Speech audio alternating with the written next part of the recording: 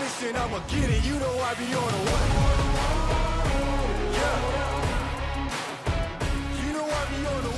All right, everyone. Welcome to the Fight Against Mediocrity podcast. Super stoked for today's episode and guest, Trevor Gosar.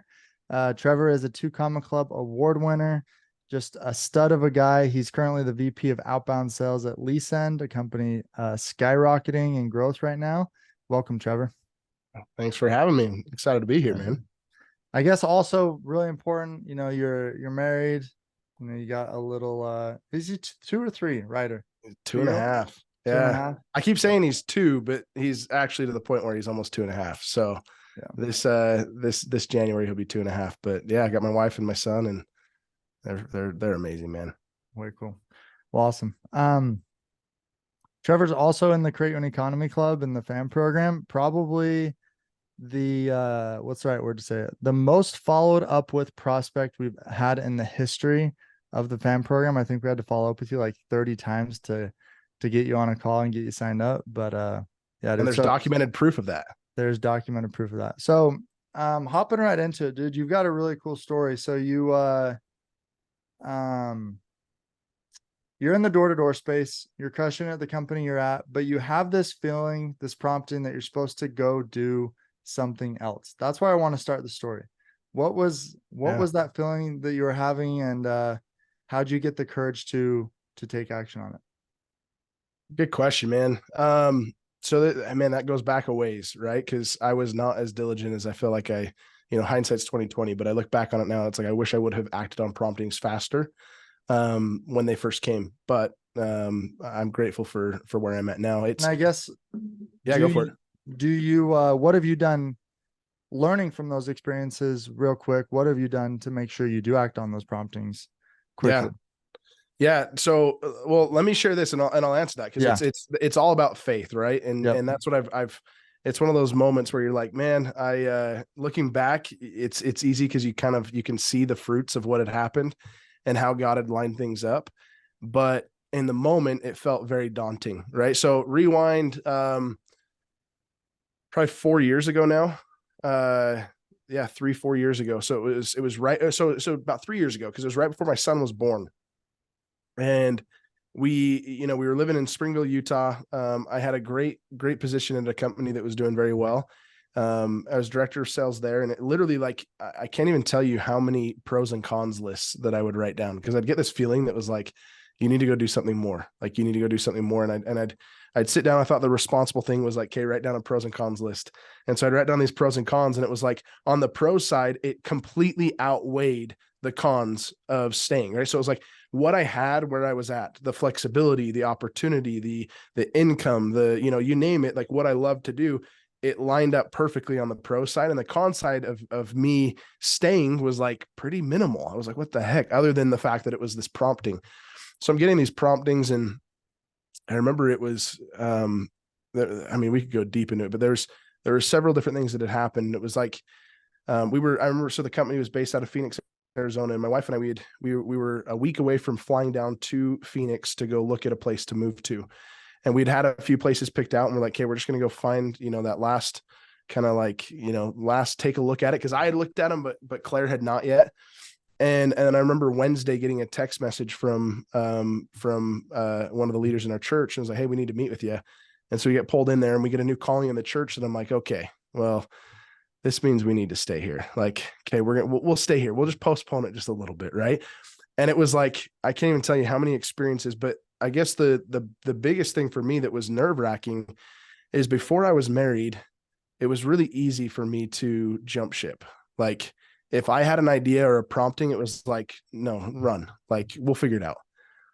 But for me, it was really unique, because when I had a wife and then a son, it's like me jumping ship, not knowing what to do next, was like, it was nerve-wracking. And so, I remember having conversations with my wife, and my wife's like, look, I fully support you if we know what we're doing next. That's really all it came down to. And I think she was super, I think it was right of her, but it was like, yes, if you know what's next, and then we'll jump ship. And I'm like, well, I don't know what's next. I don't know what's next. And that's actually where I ended up meeting you. You jumped into the picture and gave a couple nudges in a direction that I was like, all right, this is it. Like, let's go. And I just remember, like, I'll share one experience. I remember my wife and I going on a walk on a Sunday, and it's right outside of our home here in Spanish Fork. And I was like, we were going on this walk, and I remember I was kind of, expressing some of these concerns I was having with the, everything that was going on. And my wife looked at me and she's like, why don't you just get back to selling? Like, why do you need the position? Like, why not just get back to selling? And I remember that, like, that just, that calmness, right? Like, I think everybody's felt it at one point or another, right? But that feeling came over that was just like, yeah, you're 100% right. Like, no title, no position, no responsibility outweighs my happiness. And honestly, I'm super happy when I'm selling, like super, super happy. And so for, that was like the first thing that just kind of like jolted us in the right direction, that teed us up to be able to then, jump ship actually a few months later, and go and start something of our own. And all thanks to you and your kind of nudge on that. And then the problems that happened before.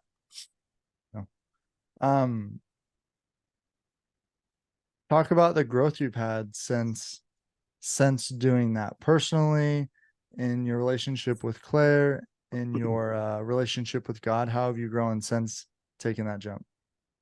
That's a good question. So I was talking to a friend a few months after I had started doing my own thing. So I started a company called Surge, and we're a few months into it. And I remember having this conversation. He's like, like, how's life? What's going on? And I'd realized that, like, two things had improved in my life. My relationship with Claire and Ryder had improved, and my relationship with God had improved. And, I don't think that it's necessarily just entrepreneurship that causes that. Although, like, when God's got to be your business partner, like, that's a pretty big deal. Right? I was going to say, I don't know. I think entrepreneurship is the, like, it will, for that. It will push you. Right. But honestly, like, even like in the position I'm in now, right? Like, I consider myself what's called an intrapreneur, not an entrepreneur, right? It's like, okay, I've got freedom within a company, but it's when you make God your business partner, then you rely on him for things, right? And you have to counsel with him with things. And then the same thing with my wife. When I realized that my wife, right, like, when I jumped ship and it's like, hey, we're doing something on our own, like, it was our thing, right? Like, it's our family, like, that was us. And so her counsel during those times was awesome. And hearing her insight and her encouragement was freaking awesome. And so it strengthened those relationships, because I feel like I had to rely on them, and it pushed me in that. And so, like, now it's been more intentional, like, hey, we need to make God your business partner. You need to, that it truly is a partnership with your spouse. And partnerships have to be worked on. Yeah. It's interesting you say that, because when Lauren and I pray, together every night, I used to, like, I didn't pray as much for the business in the beginning. Now I pray for it very frequently. Like you said, you learn very quickly that you need to make God your business partner. But one of the unique things I've done over the last couple of months is instead of saying, like, my business, I say our business when I'm praying with Lauren. Because it's like, what's mine is hers. I always joke, what's mine is hers, what's hers is hers, but what's mine is hers, what's hers is ours, And so it is really, like, bringing together. And I know you get that in your position right now as well. Dude, so the other day we were having it was hilarious. It was one of those days where you come home and you're just like, golly, like, you're scratching your head, like, what is going on? Like, so I came home and I was talking to Claire, and she doesn't pride herself on being, like, business savvy. Like, she's just like, no, like, it doesn't really interest me. Right. But when she speaks, like, she's business savvy. Like, she knows, like, she doesn't give herself enough credit for it. Yeah. And so we're talking the other day, and I had this problem that I was trying to solve, and I was thinking about it in one way and only one way. And I'm like, it was going down this, like, rabbit hole. Right. And Claire just speaks up and she's like, why don't you just go down to Vegas and test something out? And like, because that market is what we were scratching our head over. She's like, why don't you just drive down there and go test it? And I was like, well, that's actually a really good idea. She's like, yeah. And I'm like, but Thanksgiving's, next week. And she's like, yeah, well, you either leave tomorrow or you wait a week and a half, and waiting a week and a half doesn't speed anything up. I was like, yeah, you're right. Cool. I'll leave tomorrow morning. She's like, all right, sounds good. Like she just has this, like, and I remember, like, looking at her like, I like that. That was really nice. Like you, when you do speak up, like it really is a partnership. Like she doesn't get paid by the business, but she's a partner, man. Like we're a unit as a whole, and she's got great insight. Yeah, no, I agree. And I think that's one of the misconceptions of, a lot of people think, well, I need to marry someone who knows as much about business as I do.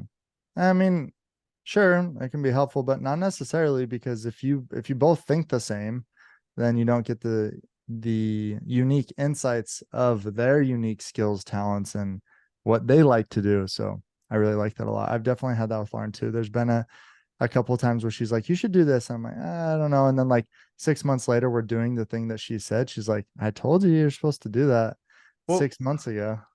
dude, so sometimes I think naiveness is, and maybe that's the wrong word to use, right? But like Simplicity. inexperience, simplicity, like, Yeah. I think it's a great thing. Like so I was watching my son recently. It was probably 6 months ago. And he's like, he loves building a tower. So it's like, hey, Ryder, let's go build a tower. He's like, okay, tower. And he'll start like, stacking things up. And I'm watching him, and like the ways he was like trying to stack things on top made zero logical sense. Like it was like the way he was trying to like fit some things in there. And the thought hit me. I'm like, man, too often are we like kind of preconditioned of what we believe works and what doesn't work. Right. And like we lose that creativity. We lose that simplicity of just like kind of removing boundaries for a minute and just being like, hey, like I can try and fit a square peg into a round hole and just see if it works. Right.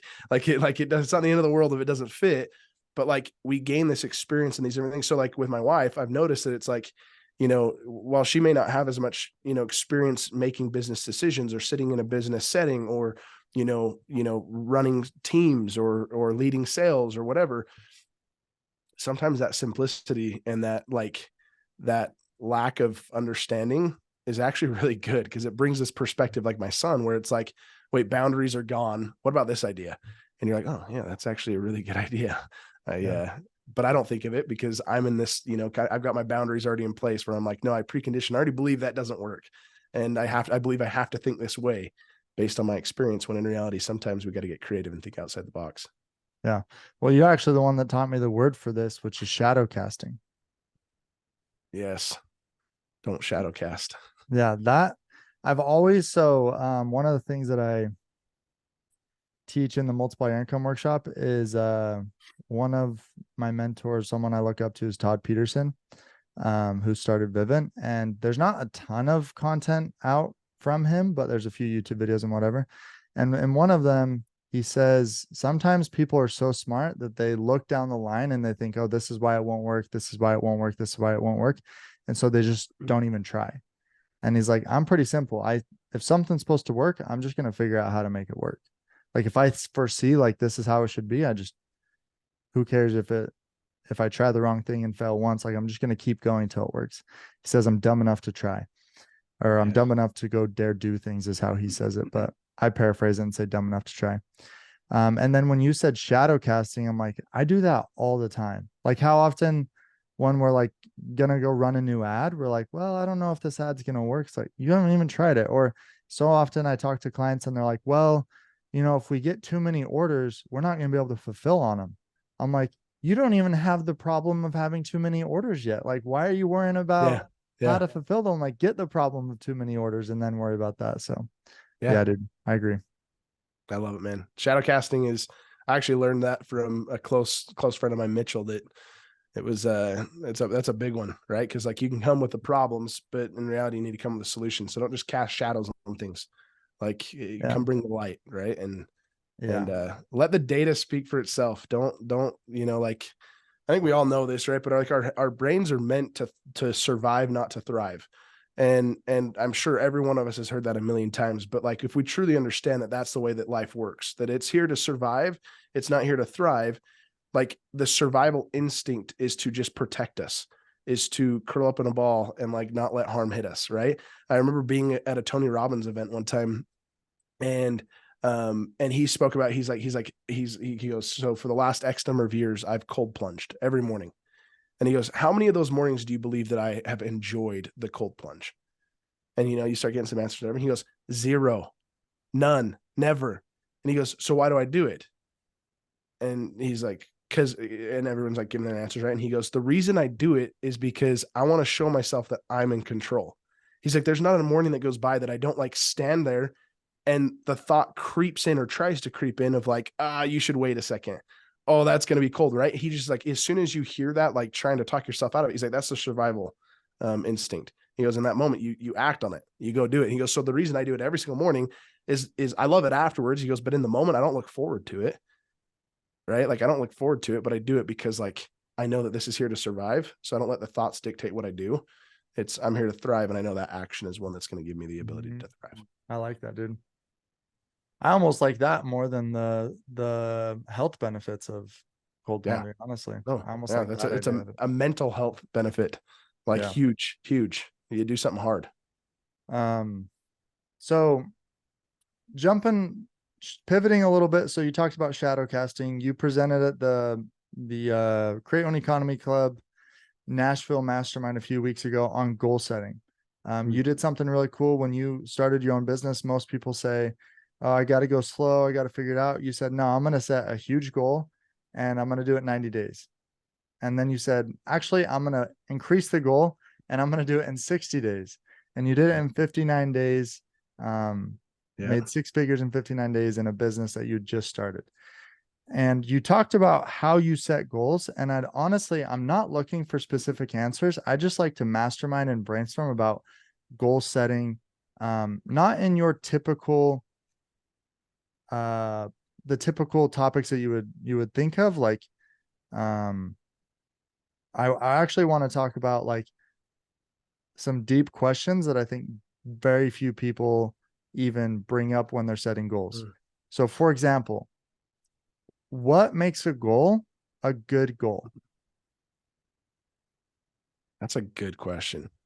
And I'm not even looking, no. like for people listening here, like, this will be kind of fun because I'm just literally, I want to pick your brain because you're so good at this. I want to see like how you think about it. And hopefully we can like come together and create some ideas that are new. So what makes a goal a good goal? So here's what I think. I think there's 2 factors to a good goal. And because I think it would be very irresponsible to sit here and be like, hey, a good goal fits this criteria that has, like you have a number and like the SMART goals, right? Like I don't like that. But the 2 factors that matter most in goals that I have found consistently is these 2 things. One is there has to be belief. So it's not a good goal unless you can actually find a way to believe in it, right? Like how many of us have sat in a room, and we see this in sales all the time, right? And I can picture one moment. I remember sitting in Phoenix, Arizona with a door knocking team out there. We're going around sharing our goals for the day, and it gets the kid who's never booked an appointment in his life. And he's like, I'm going for 10 today. And it's like, all right, bro, like, I love the excitement, right? But like, there's a level of like, do you truly like deep down actually believe you're going to go get that? Or is the big goal there so that you can get excited with the team? Right. And like, are you just, is it more exciting to share the big goal than actually go do the work to like achieve the goal? Right. So belief is a big one for me. Is that you've got to find it within you to believe that it's possible. Now that doesn't mean that you limit your goal so that you can believe. I think it's like, okay, how do you add routine, or how do you add practices to gain belief in what you're wanting, right? But belief has to be there for it to be to be an actual good goal. And then the second one is a motivator. Every single one of us are motivated by different things, right? Like every human, we're different. We're motivated by different things. I remember my wife and I, when we were engaged at this point, we went to Topgolf, and we went on a double date. And it's like, I don't know, you get like the 20 balls that you get to hit, right? And so we got down to like 16 or 17. And so we had like 3 or 4 left. And I didn't realize it, but I looked at the scoreboard and I realized I was not winning. And I just like zoned out. I was like, all right, grab me the driver. Like we're racking up the points, right? So then I ended up winning. We get in the car on the drive home, and my wife is like cold. Like she will not talk to me. And fiance at the time, I guess you say. And I'm like, Claire, what's going on? She's like, you know what's going on. I'm like, what are you talking about? And she's like, did you not just see what happened there? And I was like, no, what are you talking about? She's like, something happened. Like you like noticed you were losing and you just like shut down. Like you were so competitive. Like you just wanted to win. And I was like, I am so sorry. Like that was not intentional. Like this wasn't like I was like, oh, I have to beat him. Right. But it's like inside of me, I've learned that like my biggest motivator is competition. I'm very competitive. Right. And so like knowing what motivates us, because my wife is different than that. Right. So like the competitive bone in her is different than it is in me. But knowing our motivator, if we have a belief in something and then we know how to motivate ourselves to get to that, then I believe that's a beautiful goal. And at that point, I think we're going to do some pretty crazy things to accomplish it. So on that point, I agree with you 100%. And, you taught us at the mastermind, take your disc motivators test to see what motivates you. And I took that, and my individualistic is off the charts. It's my highest by far. And now I realize why, the main reason I want to do a triathlon, an Ironman on a unicycle, is because I want to be the first person in the world to do it. Like I want to be the first. I want to be individual. The reason I left my dad's company and I hated when he told me what to do is because I want to be individualistic and I want to call my own shots, do what I want to do when I want to do it. And so I learned a lot about me and setting goals that way. And then you talked about, so I agree with you. But here's a question about belief. So in the book, 10X is easier than 2X by Benjamin Hardy, he says, your goal should seem impossible. He says, if it seems possible, it's not a 10X goal. It should seem impossible. But in that impossibleness, if that's a word, you then see the few paths that could get you to that goal versus a realistic goal that there's like tons of different paths. The example he gives, just for the listeners, is if his son's goal was to play in college, tennis in college, he said there's probably thousands of different ways that he could get there. 1,000 different coaches, 1,000 different academies, whatever. But if he wanted to go pro, there's maybe 5 coaches, academies, ways that he could do that. So the bigger the goal, the fewer the paths, and the more likely you are to achieve, excellence. So when you talk about there must be belief, I agree. You have to believe it. Otherwise, it's like if you don't believe you can get in shape, you're not even going to go to the gym. You're not even going to sign up for a gym. You're not even going to try to go buy healthy food. You're not even going to try to prepare it because your subconscious just doesn't believe that you can do it. And so I'm not looking for a specific answer. I'm just curious, like, can there be opposing beliefs that are both true, but like kind of like a yin and yang? Like, can it be impossible, but also believe that you can achieve it? And I also have a theory. Yeah. So, I mean, as you're talking about it, right, I think the answer is in exactly what you said, right? So if we feel it's impossible, if it's actually impossible, then how could we actually define a path that could get us there? Right. And so like, I think impossible is quite often used as just extreme, right? Like it's just an extreme goal. And so like, it's not like, I think we have to like dig deep to find that belief. So it's like what I was saying, it's not a matter of like limiting our goals so that it falls within our belief, but it's finding the practices and the exercises to actually gain belief in what we're going to do. So for instance, with 10X is easier than 2X, he talks about his son. Well, his son could literally outline like, okay, wait, so like, is there specific colleges you should go to? Oh yeah, there is. Okay, so this is a college. So like he has these little drips or drops of belief that like start to fall in of like, if I'm going to get there, I believe I have to go to that college. If I'm going to get there, I believe I have to, have that coach. Right. Like, and that by doing those things, then I'll get to the end goal versus stopping it. Like, I just want to be pro. Right. Like, cause like how often it's the whole 10 appointments guy, right? Like how often do we just shout it out? Yeah, I want 10 appointments. We haven't done anything to like understand like what's it going to actually take to get there. Right. And so I think to me, maybe you could interchange belief for planning or whatever you want to do. Right. But like, it's really finding that just like that inner commitment to like, okay, wait, do I actually believe that like I can go and put the work forward to achieve this? Like, do I believe in the process? Do I believe that there's a step to actually get there? Right. Cause I think sometimes we feel like we always have to break the 4-minute mile. And I don't think we do. Right. Like there's a lot, like I did the 6 figures in 90 days and then we broke it down to 6 figures and it made it in 59 days. That wasn't like, it was a 4-minute mile for me maybe, but it wasn't a 4-minute mile in the world. Like Mhm. dudes have done way more Yeah. than that. Right. And so like, it's not this like, oh, I have to go do something where I'm like, okay, well, I want to make, 9 figures in 90 days, right? Like that. Okay. That's a little out there. That's a little extreme, right? Like in that goal setting. But to me, it's like, no, that 6 figures in 90 days was like, got me to wake up and be like, okay, what's that path that's going to get there? Find some people who have done it so that I can instill that belief in myself. But like that belief is everything, right? Because if I don't Mhm. truly believe it, then I'm not going to take the right action. Yeah. No, I see what you're saying. And I guess in my mind, tell me if you would agree with this. In my mind, I'm thinking um the belief is very similar to faith. Like it gets you to start acting um in something that you can't see, but you hope is true and you hope is there and you believe can be possible with the right amount of work. So it's not necessarily like you can have a 10x goal that seems impossible, but then you also say, well, I believe that if I just keep moving in this direction, it could become possible. Yeah, 100%. Um, and in that same vein, I was gonna say, um, yeah, in that same vein, I'm curious what you are gonna say for this. In that same vein, with setting goals,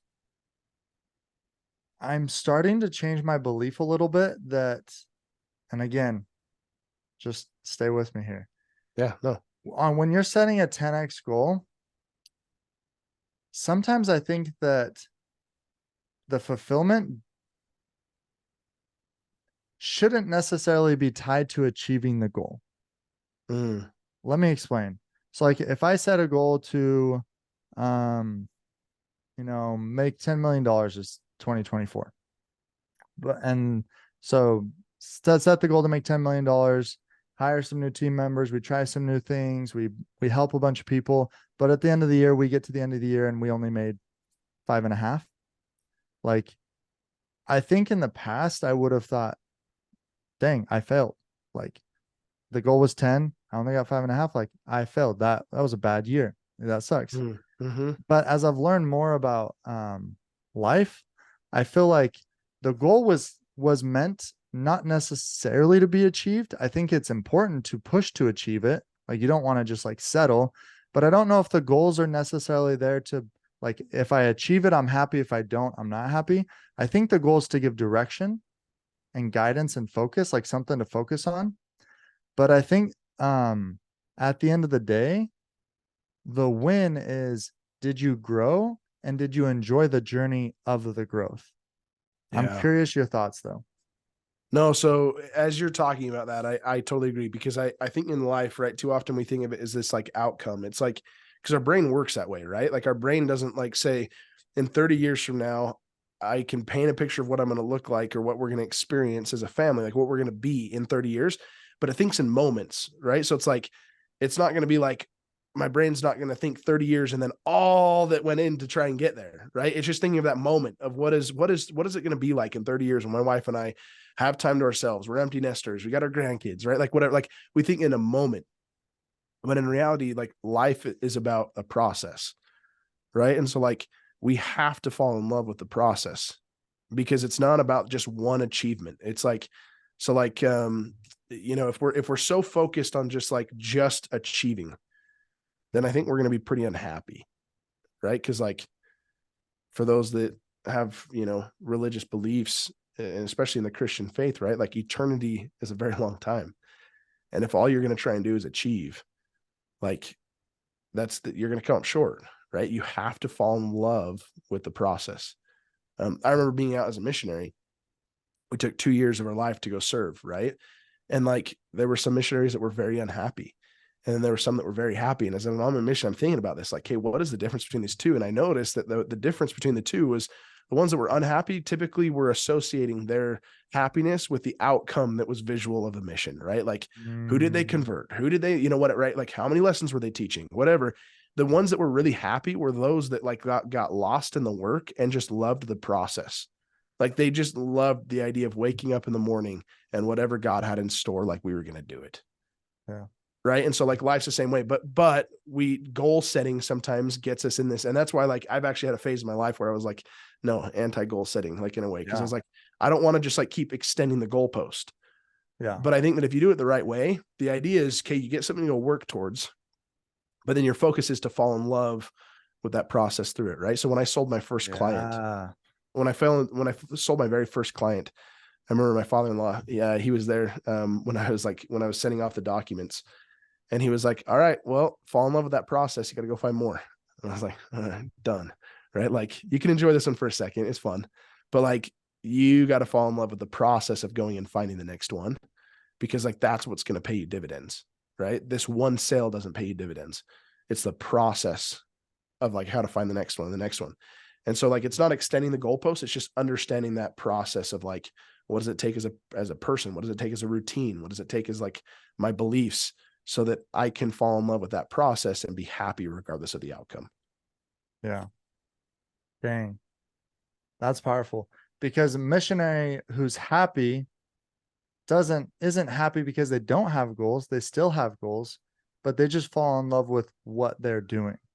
Yeah. Despite whether or not they hit the goals, and they're still pushing for them, but they're still happy whether or not they hit the goal. And I guess as you were talking, the idea came into my mind, like if say, going with the $10 million goal, I have a goal to do $10 million in revenue, let's say, and let's say I hit the goal, but I hit it because someone gave me $10 million. Like my neighbor walks across the street and like, hey, Kevin, I know you got this goal for $10 million. Like, here you go. So I got my goal. Yeah. But like, what did you become during yeah, that process? what did I, like, that's the it question. just got handed to you. Like that wasn't like the goal. The point of the goal is not to, again, it's not to achieve, it's to develop and create a process within and to become, right? Like that's like I think if you look at things, right, like I think the goal, the end goal, right, is that your goals push you to become a better person. Like I would hope that my goals 3 years ago have built upon themselves to be influential in my life today, right? Like I remember first summer I went into door knocking, right? Like, dude, I sucked, man.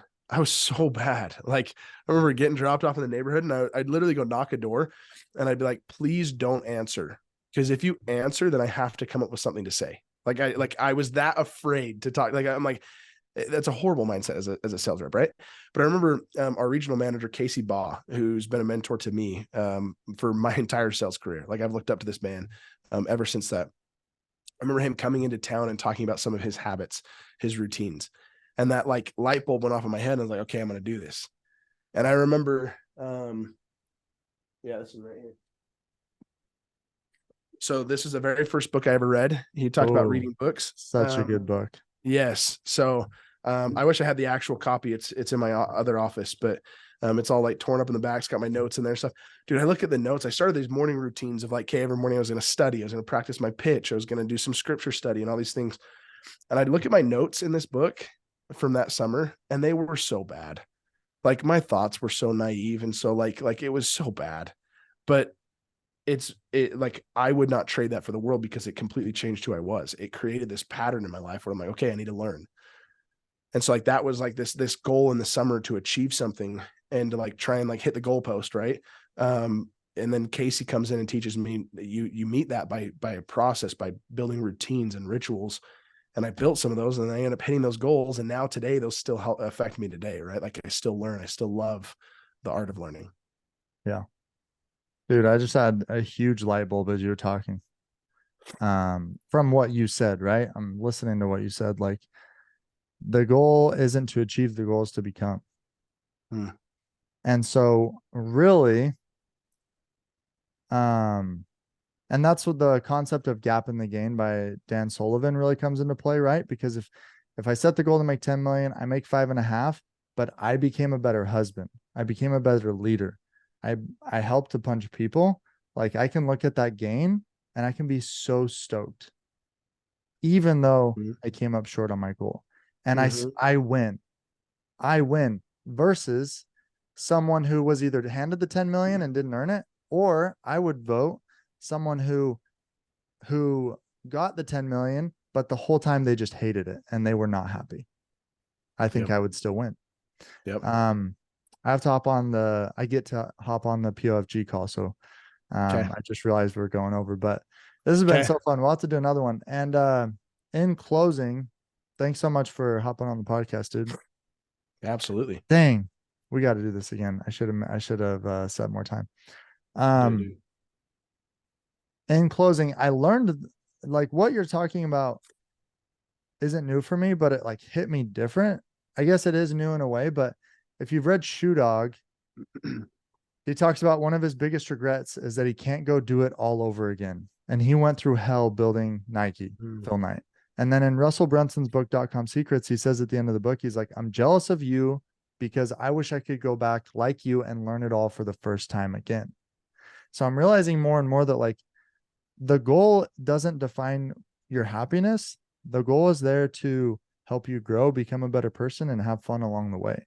And so that's why it's so important to set goals that you truly want, versus a nice car because your neighbor has a nice car. So I don't know. Any closing thoughts on that? No, I freaking love it, man. This life is built on moments, dude, and powerful moments, right? And achieving goals can be powerful moments, but I look back on it, and honestly, the more powerful moments is that process throughout, right? Like those defining moments are like when things get tough and I choose to dig in my heels and push forward. And that's what got me closer to my goal, is way more impactful than that moment when I actually saw the money in my bank account, right? Like that moment wasn't all that was cracked up to be, but the moments before that were really defining, like those were freaking powerful. So it's all about that process. Amen. Hey, and last question. What does the fight against mediocrity mean to you? Kick mediocrity in the freaking face, dude. I think that we've got so much potential in this life, right? Like if you believe in God, then you believe that you're meant for something greater, and mediocrity is a sin against God, right? Like we have a potential, and we need to go and believe in that, and live up to that potential. Amen. Thanks, Trevor. Man on a mission, I'ma get it. You know I be on a what?